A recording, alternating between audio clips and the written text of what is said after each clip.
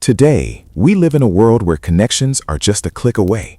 Followers, friends, networks that seem endless. But more than a century ago, in 1900 America, one man discovered a harsh truth. People often stay close only as long as you are useful to them. In the early winter of 1900, in the booming industrial city of Chicago, a 32-year-old man named Arthur Bennett was known as a generous and dependable figure in his community. He owned a small supply business that provided tools and materials to local construction workers and small factories. It wasn't a large operation, but it was steady, and more importantly, it made Arthur respected. People knew him as someone who helped without hesitation. If a worker couldn't afford tools, Arthur would extend credit. If a neighbor needed help fixing something, he would close his shop early and lend a hand. His office was rarely empty, not because of business alone, but because people constantly came to him with requests, problems, and favors. And Arthur never said no. Over the years, he built what he believed were strong relationships. Business partners, friends, acquaintances, he trusted them all. To him, success wasn't just about money, it was about community. But life has a way of testing beliefs. In the spring of 1902, everything began to change. A large construction project that Arthur had invested heavily in suddenly collapsed. The company behind it had mismanaged funds, and when it failed, it took many smaller investors down with it. Arthur lost a significant portion of his savings, money he had carefully built over years of hard work. At first, he remained calm. "This is temporary," he told himself. "Things will recover." But they didn't.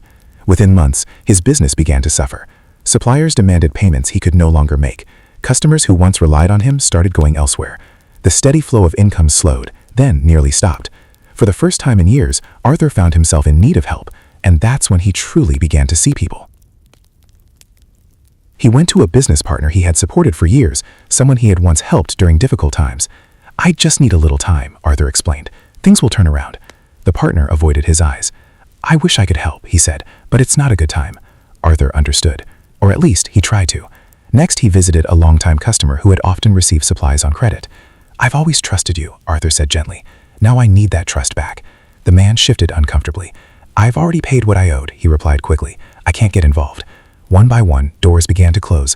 People who once filled his office with smiles and gratitude now had excuses. Some avoided him entirely.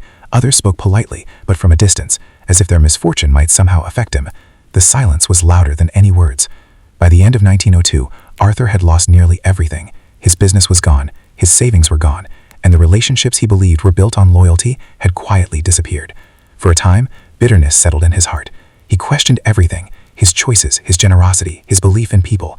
Had he been foolish? Had he mistaken convenience for friendship?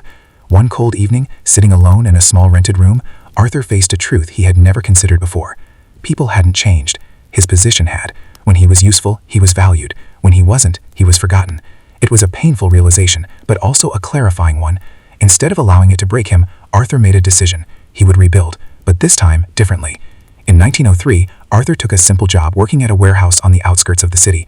The work was physical, repetitive, and far below the level he had once operated at, but he approached it with quiet determination. He no longer tried to impress anyone. He no longer offered help without understanding its value. He observed, he learned, and most importantly, he changed how he viewed relationships. Over time, Arthur noticed something interesting. Among the workers, there were a few individuals who behaved differently. They didn't seek advantage. They didn't disappear when things got difficult. They showed up consistently, worked honestly, and treated others with respect, regardless of status. They were few, but they were real. Arthur began to form connections again, but slowly, carefully, no longer based on convenience, but on character. Years passed. By the late 1900s decade, Arthur had saved enough to start a small operation again, this time focused on supplying warehouse materials. It wasn't as large as his previous business, but it was stable, and this time he built it on different principles. He chose partners carefully, he trusted actions more than words, and he understood something he hadn't before. Not everyone deserves access to your effort. By the 1910s, Arthur Bennett had regained success, not just financially, but mentally. He was no longer driven by the need to be liked or relied upon. He valued independence, clarity, and genuine connection. One afternoon, a familiar face walked into his office. It was one of the men who had turned away from him years ago.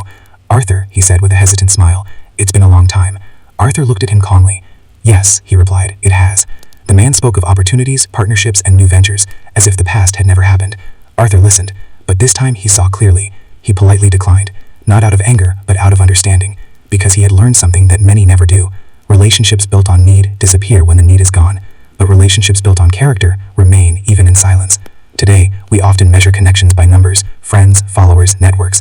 But more than a century ago, in a changing America, one man discovered a truth that still holds power. A person's real nature is not revealed when you are strong, successful, or useful. It is revealed when you have nothing left to offer. And sometimes, losing everything is the only way to truly see who is ever really there.